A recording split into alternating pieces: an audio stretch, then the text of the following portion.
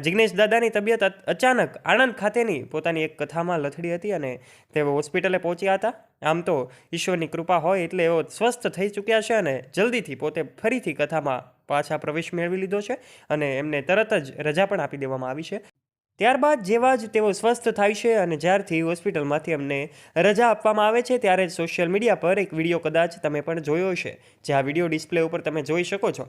આ ફોટોઝમાં એ વિડીયો જે હતો એમાં જિગ્નેશ દાદા એવું કહી રહ્યા છે કે આખરે હવે આવતીકાલથી કથા રાબેતા મુજબ ચાલુ રહેશે. દોસ્ત, આ તમામ ઘટનાઓ વિશે જાણવા માટે આવો વિડીયોમાં આપણે આગળ વધીએ તે પહેલાં હજુ સુધી આપે ચેનલને સબસ્ક્રાઇબ ન કરી હોય અને ચેનલ ઉપર નવા હો તો નીચે રહેલું બેલ આઇકન દબાવીને અમારી યુટ્યુબ ચેનલને અવશ્ય સબસ્ક્રાઇબ કરી લેવાની જવાબદારી તમારી છે. ત્યારે એમનો આધ્યાત્મિક ભાવ અહીંયા વિડીયોમાં સ્પષ્ટ રીતે જોઈ શકાય છે. હંમેશા પોતાના ગીતો અને ગીતો જે એમના પ્રખ્યાત છે એ ગીતોના આધારે તેઓ હંમેશા લોકોના દિલમાં રાજ કરી રહ્યા છે.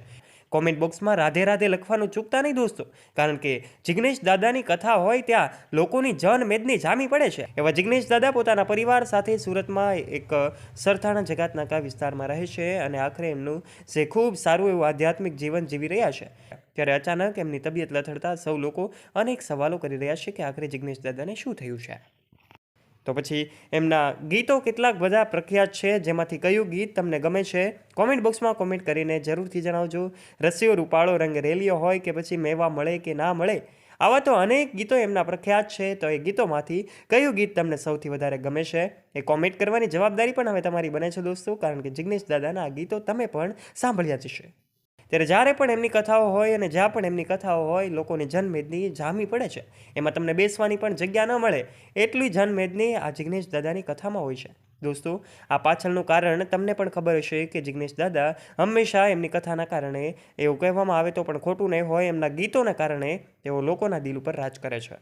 ત્યારે સૌ જે કાંઈ પણ ભાવિકો હતા એમની ચિંતાનો અંત આવ્યો છે અને હવે એકદમ સ્વસ્થ થતાની સાથે જ તેઓ ફરીથી કથાનો આરંભ કરી રહ્યા છે. ત્યારે દોસ્તો, આપ જિગ્નેશ દાદા સાથે જોડાયેલી આ એમનું ઘર છે, આ સાથે જ જોડાયેલી વાતો તમને જાણીને નવાઈ લાગી હશે, તમને માહિતી પણ મળી હશે, તમારી જ્ઞાન અને માહિતીમાં વધારો થયો હોય. ત્યારે દોસ્તો, જિગ્નેશ દાદાની અચાનક તબિયત લથડતા જ લોકો અનેક સવાલો કરી રહ્યા છે કે આખરે આ જિગ્નેશ દાદાને શું થયું.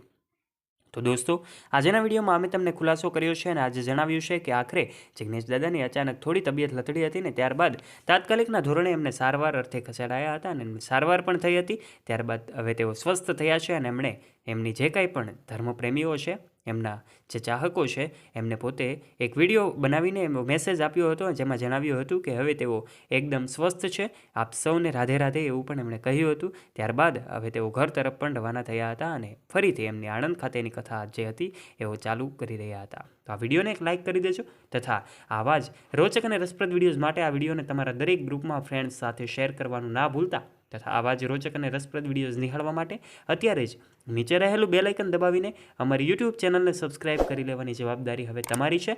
આ સાથે જ નવા વિડીયોની અપડેટ્સ મેળવવા માટે દોસ્તો વિડીયોને લાઇક કરી દેજો અને હા, કોમેન્ટ બોક્સમાં રાધે રાધે લખવાનું ચૂકતા નહીં. ધન્યવાદ.